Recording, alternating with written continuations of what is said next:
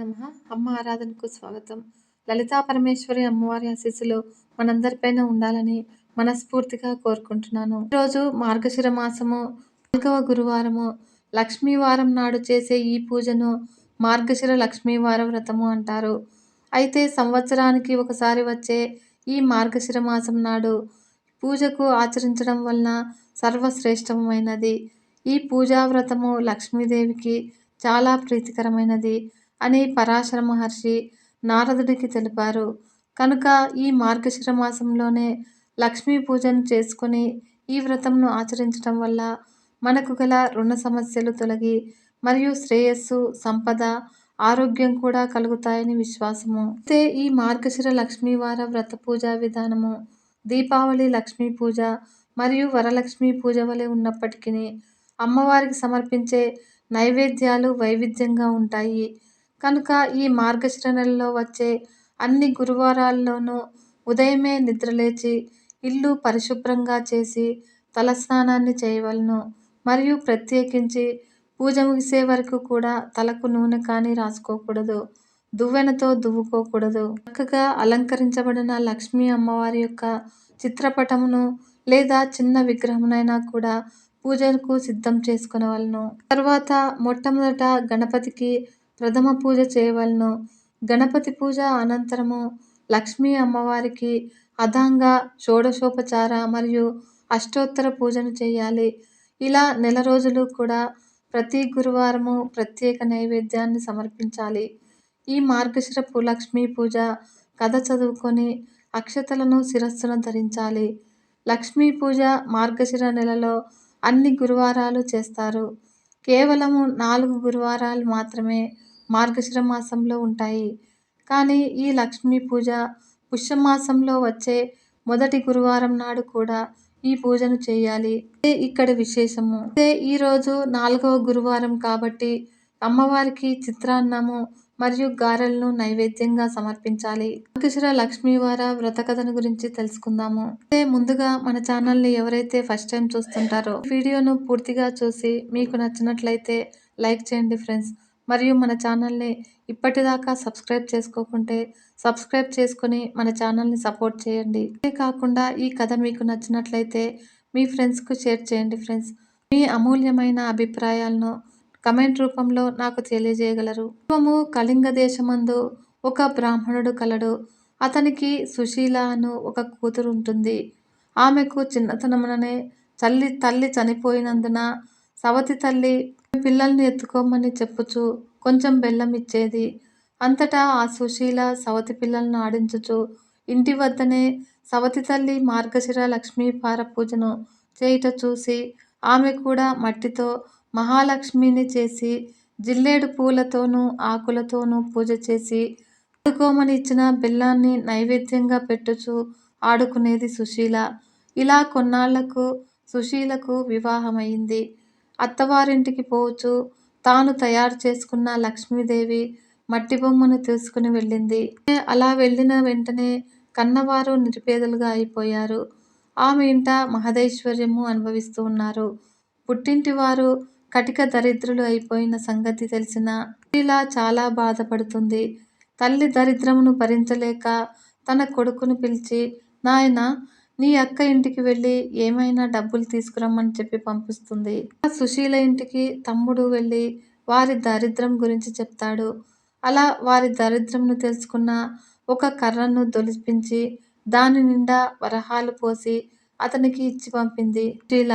ఆ చిన్న పిల్లవాడు కర్రను పట్టుకుని వెళుతూ ఉండగా దారిలో కర్ర వదిలి వెళ్ళిపోయాడు. వదిలిన కర్రను ఎవరో తీసుకుని వెళ్ళిపోయారు.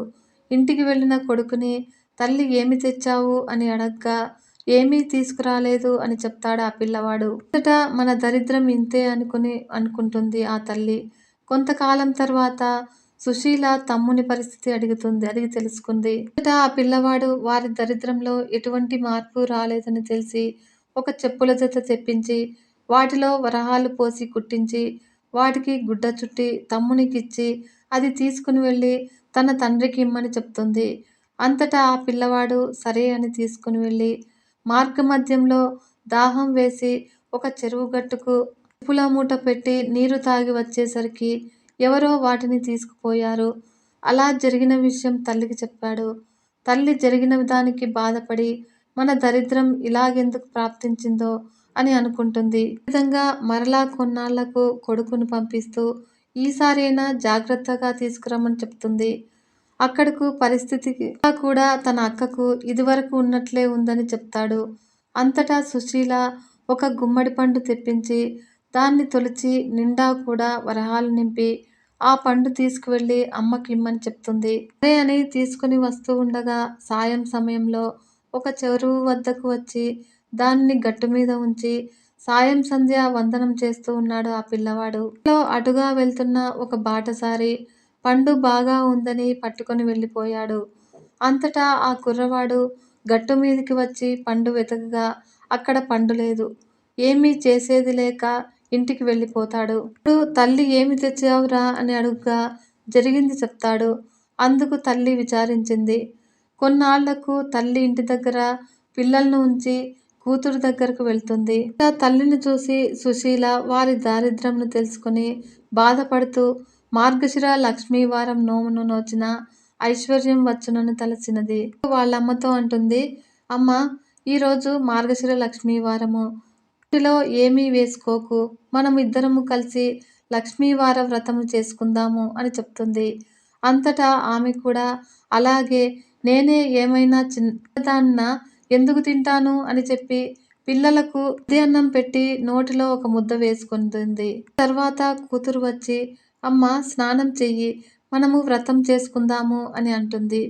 అప్పుడు జరిగినది తల్లి చెప్పేసింది. ఆ వారం కూతురు మాత్రమే చేసుకుంటుంది. ఆ తర్వాత రెండవ వారం వ్రతం చేసుకుందాము అని అనుకున్నది.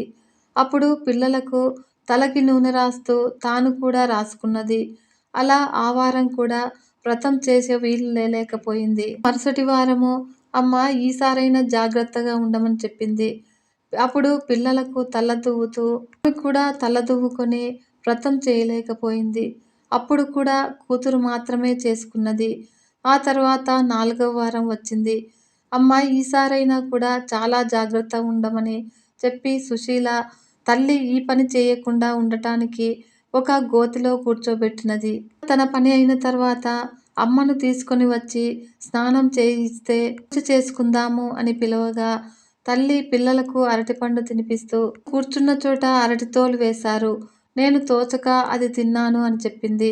అప్పుడు కూడా అయ్యో అని తలచి కూతురు పూజ చేసుకుని 5వ వారము మార్గశిర లక్ష్మీవార వ్రతము ఆఖరి వారము. ఇప్పుడు సుశీల తల్లిని తనకు గొంగుకు కట్టుకొని పని పూర్తి చేసుకుని తల్లిచే స్నానం చేయించి వ్రతం చేయించింది. తర్వాత పూర్ణ కుడుములు తల్లిచే నైవేద్యం పెట్టించింది. కానీ లక్ష్మీదేవి దూరంగా వెళ్ళిపోయినది. ఏమి అమ్మా, అలా వెళ్ళిపోతున్నావు అని అడగ్గా, నీ చిన్నతనంలో నీవు బొమ్మలతో ఆడుకుంటూ ఉంటుంటే మీ అమ్మ చీపురుతో కొట్టింది, అందుకే అని చెప్పింది. అప్పుడు తన తల్లి చేసిన దానికి క్షమించమని ప్రార్థించింది. ఇలా అప్పుడు మళ్ళీ నీ తల్లిచే వ్రతం చేయించమని అదృశ్యమైంది లక్ష్మీదేవి అని. ఆ తర్వాత సంవత్సరము మొదటి వారము పులగము, 2వ వారము అట్లు తిమ్మనము, 3వ వారము అప్పాలు పరమాన్నము మరియు 4వ వారము చిత్రాన్నము గారెలు. పుష్యమాసంలో మొదటి వారంలో పూర్ణ కుడుములు వడ్డించి తల్లిచే నోము చేయించింది. తర్వాత గదా అక్షింతలు తల మీద వేసుకున్నారు. అప్పటి నుంచి ఆమెకు సకల సంపదలు కలిగి మందున విష్ణులోకమునకు వెళుతుంది. వ్రతలోపమైనను వ్రతలోపము కారాదు, భక్తి తప్పినను ఫలము తప్పదు. ఒక ఐశ్వర్యాన్నిచ్చే 5 వారాల అద్భుత వ్రతం ఇది. హేమంతం వచ్చిందంటే చాలు కోటి శుభాల మార్గశీర్షం వచ్చినట్లే, మరియు లక్ష్మీ కళతో లోగిళ్ళన్నీ కూడా కళకళలాడినట్లే. ఎటు విన్నా లక్ష్మీ నమస్తుభ్యం, ఎటు చూసినా కూడా నమస్తేస్తు మహామాయి అంటూ ఆ అమ్మను ఆర్తితో స్తుతించడము, పూజించడము వీణుల విందుగా వినిపిస్తూ వినానందం చేస్తూ ఉంటుంది. శ్రీ మహావిష్ణువుకు ప్రీతిపాత్రమైన ఈ మాసము ఆయన సతీమణి మహాలక్ష్మికి ఎక్కువైనదే. ఇంకా ఈ మాసంలో వచ్చే మొదటి గురువారం నుంచి 5 వారాల పాటు తనను నియమనిష్టలతో కొలిచిన వారికి కోరిన వరాలను ప్రసాదిస్తుంది కనక మహాలక్ష్మి.